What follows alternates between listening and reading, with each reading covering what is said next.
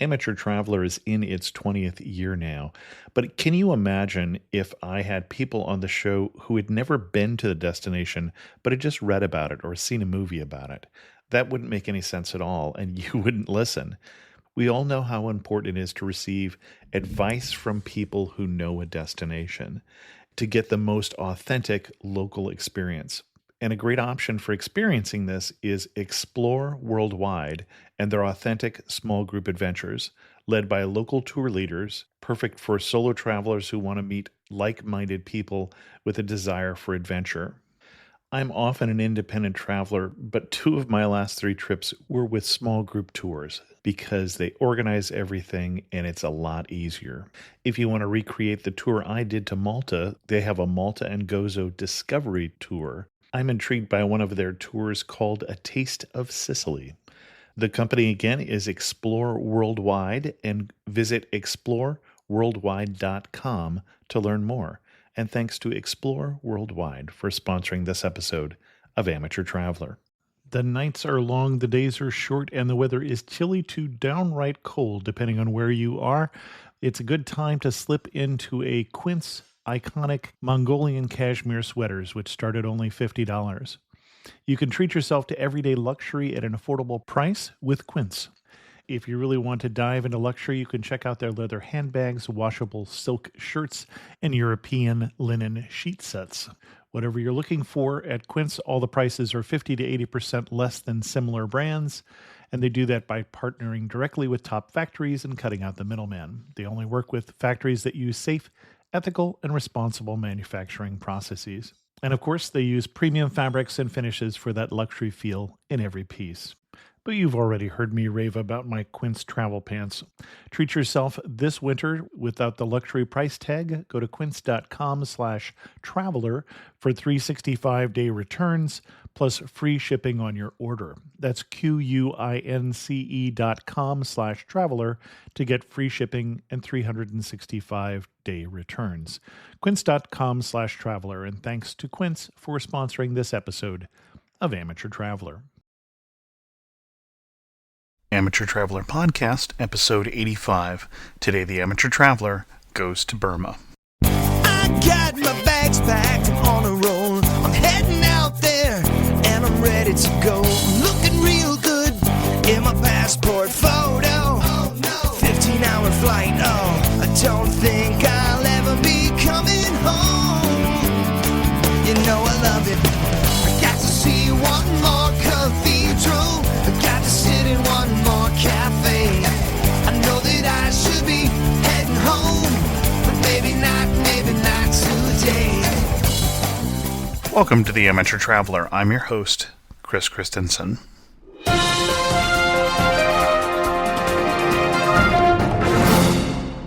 First off, I'd like to welcome those of you who came to the show via the article in the Chicago Sun-Times. For those of you who didn't hear, the Chicago Sun-Times had an article called Best Sites for Travelers, and number 4 was amateurtraveler.com. They said, "We're thrilled when we stumble upon diamonds in the rough like amateurtraveler.com. This relaxed weekly podcast hosted by Chris Christensen offers travel tips, news, and interviews with fellow explorers that provide that personal perspective missing from most guidebooks. A player embedded on the site makes listening convenient, and amateur videos provide front-and-center glimpses of some of Christensen's treks." So thanks to the Chicago Sun-Times, and once again, welcome. In the second piece of news, if you happen to have lost your subscription to the show in iTunes, and there are instructions how to subscribe to the show in iTunes on the Amateur Traveler site, then my apologies, because we did run into a problem with the iTunes Music Store that there were 2 duplicate copies of this show, and both the subscriptions potentially and certainly some reviews that were on the duplicate copy got lost. So if you had brilliant things to say about this show and they got lost, my apologies, and feel free to go and review the show again if you're so inclined. In an important news story to those of you who may be traveling internationally this summer, be aware that because of the changes in passport regulations, the average processing time has risen to 10 weeks from 6 weeks. I'll put a link to an article in the show notes at amateurtraveler.com. For those of you who are a fan of European train travel, there was a record-breaking run on a French TGV or TGV train that reached 357 miles per hour. The train is still an experimental model that ran along a 73-kilometer stretch between Paris and the eastern city of Strasbourg. And if you were looking for an argument to take the train, you might check out the decline in the quality of U.S. airlines. The annual ratings came out, and again, the quality of the U.S. airline experience dropped for the fourth straight year. I have a link to the USA Today article in the show notes at amateurtraveler.com. It says, in part, the quality ratings dropped in 3 or 4 categories measured in the study: on-time arrival, involuntary bumping, and mishandled luggage. The customer complaint rate was flat. The top-rated airline last year was Hawaiian Airlines. I'd like to welcome to the show Marianne. And Marianne, you just got back from a trip to, and this is going to be the first controversial thing. You wrote Burma, and I said, well, is it Burma or is it Myanmar? Well, it's considered Burma from the point of view of the United States government, but from the point of view of the Burmese government, it's Myanmar. They've renamed their country to Myanmar, although when I was there, which was in December of 2006, and I spoke with people on the street, etc., they said that they called it Burma. It's basically the government that calls it Myanmar. Okay. This is an unusual location to go to right now because, and we'll get in a little more detail, I'm sure, about what the government is like there right now. Why did you choose to go to Burma? Okay, well, I knew the person leading the trip. Her name is Arlene Bloom. She did a great slideshow of the country. She went there the prior year. When I saw the slideshow, I was just entranced by the beauty of the countryside and of the temples. And I'm actually a Buddhist, so I saw all those Buddhist temples, and I knew she was going. And I also had just been laid off from my job, so I had time, and I actually had money, so I thought I should go. So that's why I decided to go. And this sounded like it was a fairly last-minute trip. Yes, it was. I decided, I believe, 2 weeks before I left to go, and it gave me just enough time to get a visa. And that's something that you have to do in advance. You have to get a visa, and that was a little harrowing because I did it so last minute, I almost didn't get my visa in time. And there was one person on the trip who got her visa literally like hours before she left. And while we were talking offline, my impression is that it's, in a lot of countries, to get a visa is just a process you go through. They rubber stamp, they give you a visa. There's some question about whether you will get a visa or not. You've talked about, you know, some friends who've been blacklisted from Burma. Yeah, well, if you have political views about Burma that go against the government, you may get blacklisted. So if you were, involved in some kind of democracy for Burma movement, with Aung San Suu Kyi, you probably won't get a visa and you won't go. Okay, so most people will get the visa accepted. Yes, most people will. When you fill out the form for visa, if you say that you're a journalist, that may be a little black mark against your name. Okay. And what were the highlights of the trip? Oh, man. Well, first of all, just mention some of the places we went. Or should I just go right into the No, highlights? that sounds good. That would be great. Okay. We started off by going into Rangoon, which is now renamed to Yangon. That's the capital of the country. And we stayed there for a few days. It was, I believe, a 16-day trip. So we were there for a few days, and it's a fabulous place. We went to a palace called the Shwedagon. I don't know whether I should call it a palace, but it's this whole structure up on a hill.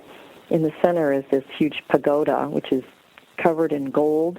It has, I think it's somewhere 13,000 plates of gold, diamonds and jewels up on the top, which you can't really see, but believe me, they're up there. And then there's a huge diamond on the very top. And inside this huge stupa, and a stupa is like a bell-shaped object that has, in this case, Buddhist, and it's Buddhist, a Buddhist country. It has Buddhist, what they call relics. So they have hairs of the Lord Buddha inside. And it's a sacred area. That was just fabulous.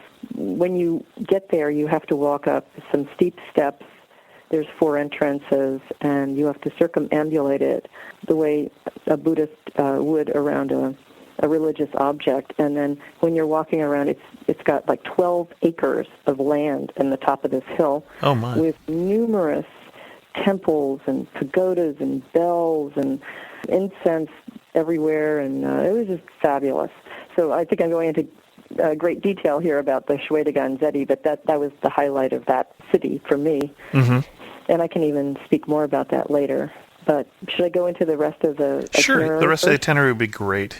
Okay, so we went to Yangon first, or Rangoon, and then after that we flew to Bagan, which is centrally located in the center of Burma.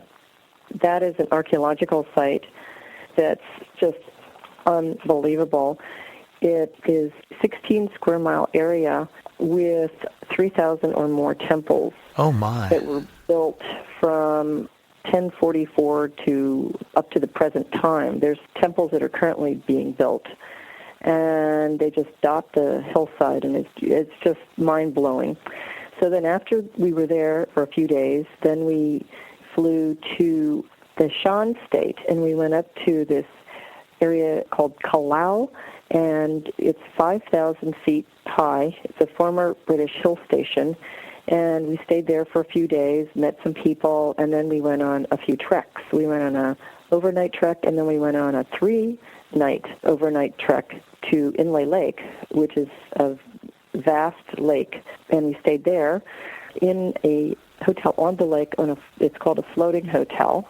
After spending the night there, we went to the beach, and we flew to Napali Beach and stayed there for a few days, and that was just a beautiful white sand beach, warm water, and not a tourist in sight. It was just, we were in a hotel, like a 5-star hotel. We were the only people in the entire hotel, other than the people waiting on us. And then we flew back to Yangon or Rangoon and spent another day or two there, and then came home. That was my itinerary. A couple questions for you. One, you talked about going on a couple treks. Are you in mountain country at that point, or were you in jungle, or what kind of environment was that? It's what we call hill country. So Okay. It's hilly but not mountainous. Okay. It was, so 5,000 feet is not quite like the Sierras. It's like the foothills. Sure. It was in the winter time, so there's no winter in Burma is actually a little nippy up there. A lot of people thought it was a tropical area, all of Burma is tropical. Well, no, they do have mountains, I think, further north in the country. But Right, that's one of the reasons I asked. Yeah, in this area it's just hilly, and it does get cold at night. It dropped down to like 45 or I don't know. It was cold, and I needed my sleeping bag and a blanket. At one point when we were trekking, we went through a jungly area. Mm-hmm. I was told it was a rainforest. I don't know whether it really was, but it did feel sort of like a jungle. Mm-hmm. And then later we made it up to the top of a hill with a vista and a view. And it's a good time to trek in December because when it rains and when it is hot and muggy, it gets very muddy, and I think it would be difficult to trek. Okay. And then you had also talked about being the only tourists in this resort. In general, on your trip, did you run into a lot of tourists, or is it not that touristed right now? When I was in Yangon, Rangoon, I saw a smattering of tourists. I did not see one American. They were all like from Asia, or there were some Europeans. I saw some French people and Spanish, but I didn't see one American anywhere. I think Americans are afraid to go to Burma for one reason or another. I was also going to say, but when we went out to like Kalau and we were trekking, I did see, again, a couple tourists, but not many at all. And Inle Lake, again, there were some spots we went to where they show you weaving, and maybe we saw a few there, but again, no Americans. Interesting. Mm-hmm. And you've told us somewhat of your highlights already. You've started to tell that. But what all stands out for this trip for you? Well, first of all, like I was saying, the Shwedagon, which was just absolutely fabulous. I think Bagan was unbelievable as well. When we first got there, flying over it, you just see temple after temple from the plane. In our case, we were looking down, and then we landed, and everywhere you look, you see a temple, and they're all different. They have different architectural styles and different sizes. We stayed in a really beautiful hotel, which was right by the river, and it's the Irrawaddy River. I think that was called the Bagan Hotel, I'm not sure, but it also had its own little temple. There's temples everywhere. And the first night there, we went to what they call a sunset temple, and that was a highlight of my trip as well, one of the many highlights. The sunset temple, there aren't that many temples that you're allowed to go beyond the first floor for a variety of reasons. One is archaeological, because they don't want you to accidentally bump into something and, destroy a mural or what have you, with your backpack. Also, I think a tourist fell from one of the upper stories of one of the temples, so they're more worried about that. But we went to one that was just beautiful, and at sunset, you could see in every direction, you can see, like I said, these temples, stupas, all around. And we went to one that was called Paya Sunset Temple. We went up like 4 stories, or maybe it was 3 stories, depending on how you count, but had a fabulous view. Now, obviously, I'm reminded of like Angkor Wat and some of the other temple complexes in neighboring countries. But when I read about those or hear about those, I hear about just tourists everywhere. How does that compare to your experience here? When I went to the Sunset Temple, there were a handful of tourists on this particular temple. But in general, when we traveled around to look at the temples during the day, I didn't see that many tourists. There are so many temples. They're spread apart. Like I said, it's over 16 square mile area. I really didn't see that many tourists. And there's a variety of ways to get around. You can either go by horse cart, which is what we did, or some people ride bikes. And there's even some people take a balloon ride, I guess, at sunset. I didn't do that. That was kind of pricey. But the horse cart was really a lot of fun because you can just sort of sit there and look up and just see the temples as you're lying in the back of the horse cart. And then they pull up, and then you get out and you wander in and take pictures or what have you. And it was just a wonderful way of seeing the countryside too, because a lot of the roads are very dirt roads with lots of ruts. I assume in the rainy season it would be very muddy and difficult to get around in, and you really need like a 4-wheel drive vehicle or something to see the temples, or like I said, you have to ride a bike or what have you. Interesting. Other highlights? When I was in Bagan, another thing we did was we did a little mini hike up to another temple called Tanki Tong. Tong means hill.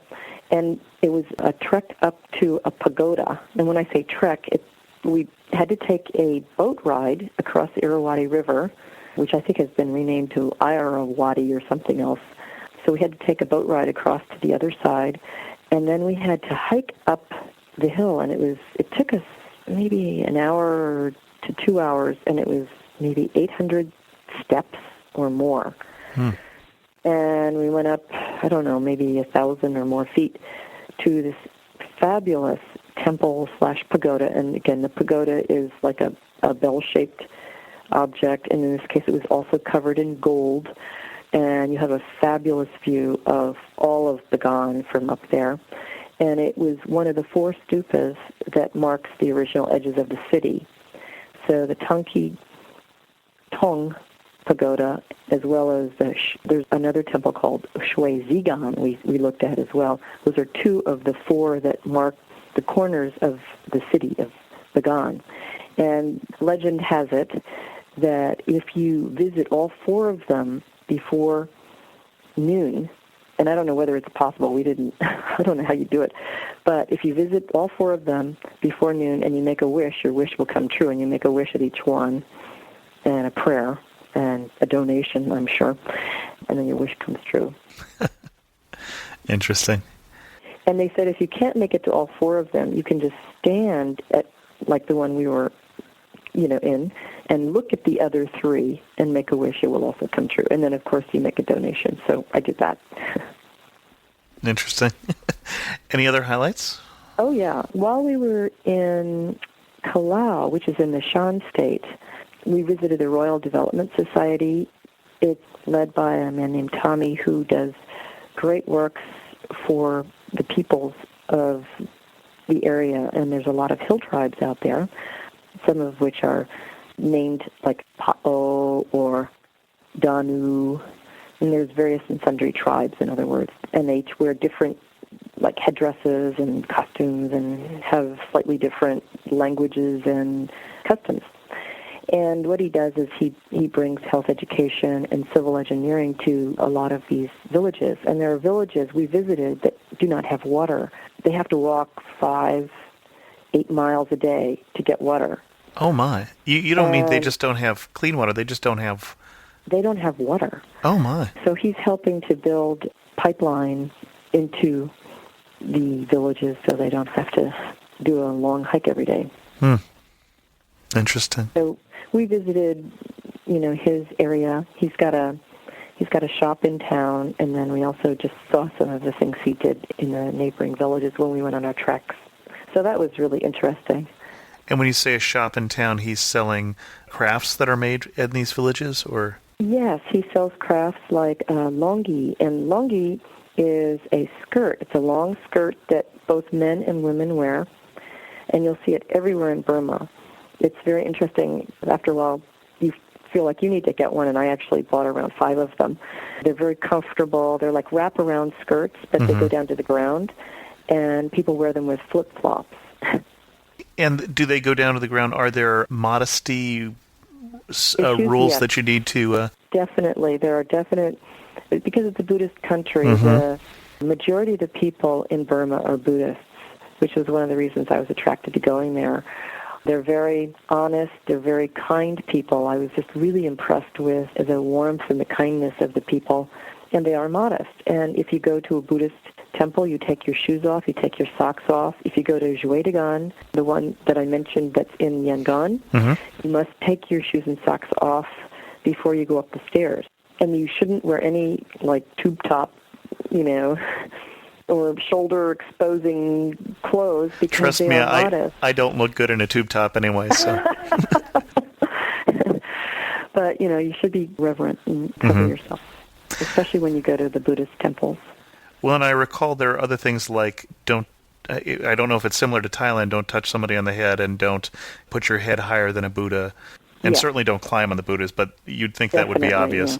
Yeah. Yeah, the same goes for, in Burma. Okay. Any surprises? Okay, one surprise was, I think I already mentioned that there was no one in the hotel at the beach. It was a luxury hotel. There were no people. Another surprise was that the money, you exchange the money. You get a much better rate if you exchange it like at the hotel or through someone you know than if you do it at the airport. I believe it was $1 to either 1,200 or 1,300 kyat. And the kyat it's like a giant dollar bill. So I remember bringing 2 money bags or money belts. I was going to put my money in. And after you exchange like $20, you can't fit it in the money belt. So you have you have this huge lot of money. So that's something to keep in mind. You need a backpack to put your money in. And then also you have to bring cash. They like U.S. dollars that are crisp and new. They won't take old money. It gets rejected. And often many places just take U.S. currency. And they don't take credit cards many places. So you take brand new bills. Otherwise, you're going to have problems. You'll run out of money, perhaps. That's interesting. We ran into that in Tanzania as well. It's surprising how that far away it can be something similar. Does the dollar go that far there? If you're having a backpack full of cash, what does that buy? Well, yeah. One thing you have to learn is bartering, which I did not know the first day. The first day I went to, or maybe it was the second day, I went to the market to buy a longi because everyone was wearing, that's the long skirt I was describing. Right. But, I have to have one.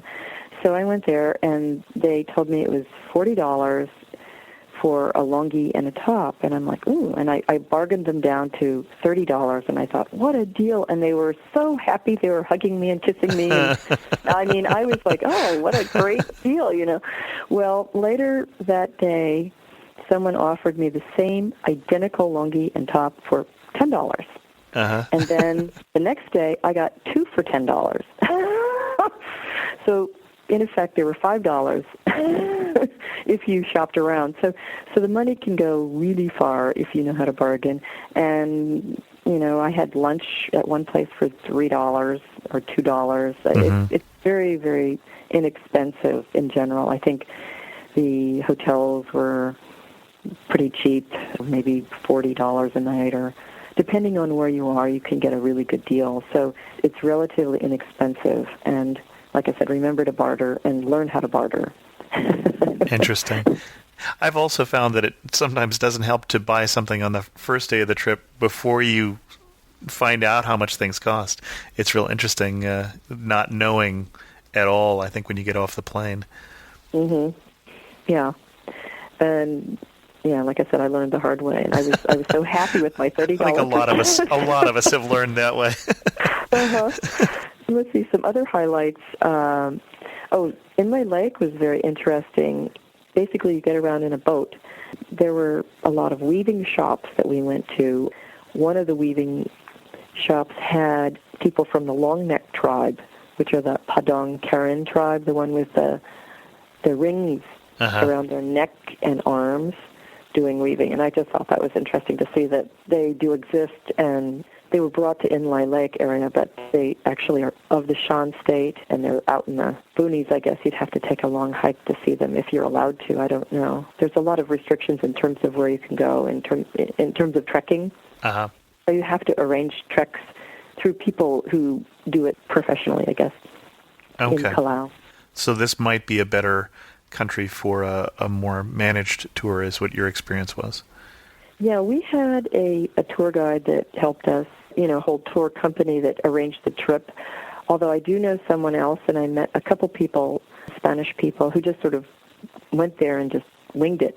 Okay. So you can do it that way, too. I think it's just you might end up finding yourself in a place you really don't like overnight, but then you can find a better one. And, like anything. Right, exactly. And I was also going to say, when we were in Pali Beach, you could not only go swimming, but there were snorkeling trips. I didn't go on it because I got a cold, but I was told it was great just to get out on the water. The snorkeling was so-so, but they enjoyed it anyway. When I was at Nepali Beach, we were walking down the beach, and there was one area that was restricted by the military. That was the only time we felt any presence of the military. Interesting. I really didn't notice them in the street or anywhere. It wasn't like oppressive from my perspective, although I'm sure if you live there you would notice it, but I really didn't feel it. I didn't feel the presence while I was there. Interesting. How about language issues? Actually, they were, what I call it, occupied by Great Britain, by the English for a long time, so many people speak English. Okay. Many more than you'd expect, and some people speak perfect English. We had guides that were just eloquent. They've studied in England, and many of them learned English there in Burma because the British were there. And I think the British left in the 40s. Yeah, I was thinking it was a while ago. Okay. Yeah, but the influence still is there in many ways, and I think in particular in the fact that a lot of them speak English. Now, I did go to a few places where they didn't speak any English at all, but we could still communicate. They had an English menu they pulled out. Or often you could resort to pointing. Oh, sure. Which I did in a few cases when I was buying a coconut monkey. I think I just pointed at it, and, we bartered a little bit, but, it was like $2. Oh, and another thing I was going to mention is they have an interesting worldview about astrology, and maybe this is true in other parts of Southeast Asia, but they have an astrology based on the day that you were born. You'll see this in some of the temple complexes, like in Shwedagon. what that means is they have what they call a planetary post, depending on the day you're born. You get a direction, which is associated with an animal, and it's also associated with some other things like a planet. If you know the day you're born, and you should probably figure this out before going to Burma. For example, I was born Wednesday afternoon. My animal is Yahoo or Rahu. That's my planet. Sorry, that's my planet. And my animal is the tuskless elephant, and my direction's northwest. And what you do is you find that area and you pay homage to it. You put incense, flowers, you pour water over that area, and then you make a wish. And again, your wish supposedly comes true. And it makes it more interesting as you're walking around the giant stupa complex to look for your animal. And you'll see people, it looks like they're praying in front of that one area, and that's their birthday. Interesting. And there's 8 of them, and there's, as you know, 7 days in a week. So yes. Wednesday has 2 animals and 2 directions. So Wednesday's the day that has a Wednesday AM and PM different. Well, that seems appropriate. It's a hard day to get through sometimes. So. Right. What do you wish you had known before you went? Well, one thing is about the money, although I did know something about it, but I assumed I could stuff everything in a money belt, and I couldn't. Another thing to know about is internet. You'll see signs for internet, but it doesn't really work. Okay. You'll get on, and it'll drop you. It took me around an hour to connect in one place, and they charged by the hour, so it's like, ooh. So I wouldn't even try to email people from there, just assume you're going to be out of contact, and so that's one thing. So this is a good country to go to escape work, you're saying? Exactly. Write postcards. Do a lot of writing, and don't assume you're going to be on the internet. Okay.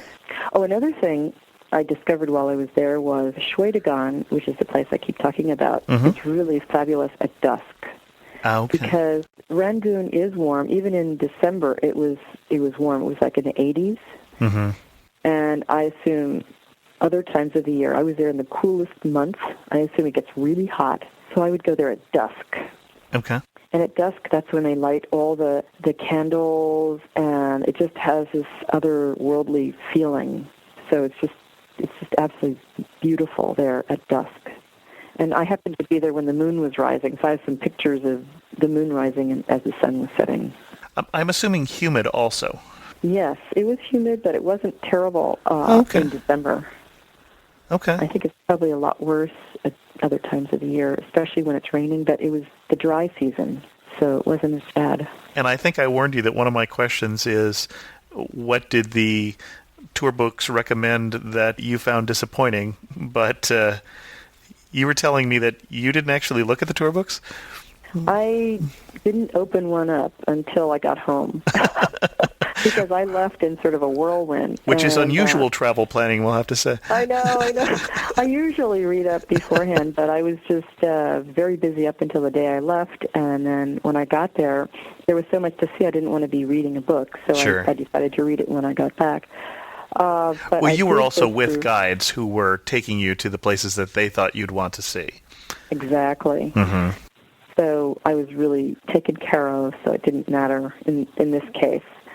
Having looked at it, I think that they didn't mention things like Shwedagon at dusk. Okay. They talked briefly about trekking, but I think trekking was fascinating because I stayed in longhouses. I met people, and you get the feeling of the people by sleeping in their house. The food was fabulous on our trek. That was one thing that was really surprising, and I never heard this before about it, getting like a 3-course meal. In one case, we had flaming bananas as our dessert. I'm hoping intentionally, but... Yes, it was intentional. Okay. So we had like 3 cooks for 9 people. There were 9 of us on the trek. They were just really creative, and every day we had different soups and different types of food. I never got really sick, which was good. I often get sick. I got a cold, but I didn't have the stomach issues that often people get. I did, one other thing I'm thinking of is I was told there's malaria, so I brought my malaria pills. Sure. I hardly saw any mosquitoes, so I didn't really take it. And some people were religiously popping their malaria medication, but I believe that's an issue in the rainier and hotter seasons. But in December, I saw a couple mosquitoes in Rangoon, but that was it. Interesting. And which tour company did you go with? It sounds like you would recommend them. Shanyoma, and I really would recommend them. I think they were great. They took care of us everywhere, showing us everything. They met us at the airport. We did a lot of flying from city to city. I've heard that it's not wise to take the railroad. I don't know whether it's true. I did see one go by, and it was filled with people inside and out. They were on the top, and they were hanging off the side, and it was kind of I've scary. seen pictures, yeah. So I would say maybe it's best to take a plane when you're going from place to place. If you go with a tour guide and a company like we did, they have air-conditioned buses, which is really great. Even in December, it was hot and sticky in certain places. When we went to Kalau, it was not. It was cool, and we needed jackets, and at night it was nippy. So, but they take care of you and help you all along the way. Well, do you have any final recommendations for somebody who's thinking about going to either Burma or Myanmar? Well, I would say go, enjoy, and definitely read something in advance so it will enhance your trip. I'd say definitely go. Make sure you go to Bagan. That's a must see. I want to go back to Bagan because I saw around 10 temples out of 3,000. Oh my! And they also have an archaeological museum. An archaeology museum, which was very interesting, and I was one of the few people in it, and it was fascinating, and I would go back there, too. Someone who was just wandering around in there, who was a Burmese man, just sort of latched onto me and started telling me everything about the museum. I don't know whether he was, what his role was there, but I had like a personal guide the entire time I was in the museum, and he just waved goodbye as I left. It was very interesting, but he gave me some insights into the archaeology of the place. Interesting. So, again, I'd recommend going there, and they would only take a crisp $5 bill to get in, or you can't get in. Funny. Well, Marianne, thank you so much for coming on the show. I've truly enjoyed hearing about a country that I knew very little about. Well, thank you for inviting me. Well, this is definitely a beautiful country, and if you're not looking at the iTunes enhanced version of this show, you certainly might want to check out some of the photographs that I have linked from the show notes at amateurtraveler.com, which also has a link to Marianne's biography. In the first internet resource I have for you today, Bagan is listed in one of the 100 World's Top 100 Wonders by Hillman's Wonders of the World, so check that out at hillmanwonders.com, and I'll put a link to that in the show notes. And this site names 100 places you ought to see and what is so special about them. The second online resource I have for you is a link to 2007 Rail Europe brochures, so you might want to check that out if you're planning on a trip to Europe this summer. In the community section this week, I had a letter from Kelly, and I'm hoping I'm pronouncing that correctly, who was asking about an older episode, how to find episode 16, which is no longer available in iTunes, an episode about the Grand Canyon. And just so you know, on amateurtraveler.com, there are two different ways of finding old episodes. One is a map that shows you where everything is, and two is a list of episodes. Look to the top of the page in a place called episode that will link to the correct page. I wanted to repeat that just in case somebody else had the same question. If you have not checked out the new articles at amateurtraveler.com, you don't know what you're missing. The one from Craig that he put up this week about trying to order red wine in Slovakia made me laugh out loud. So check out those at amateurtraveler.com. And I'll be putting up other stories during the week that are not part of the podcast. And there is also, for those of you who are comfortable with blogs and RSS, a blog-only RSS feed for that show. And for the rest of you, I'm speaking gibberish. And with that, we'll bring the show to a close. As always, feel free to go to the website and comment on this show, or send me an email at host@amateurtraveler.com, or go to the discussion boards at amateurtraveler.com/board. And as always, thanks so much for listening. I got to see one more cathedral. I got to sit in one more cafe. I know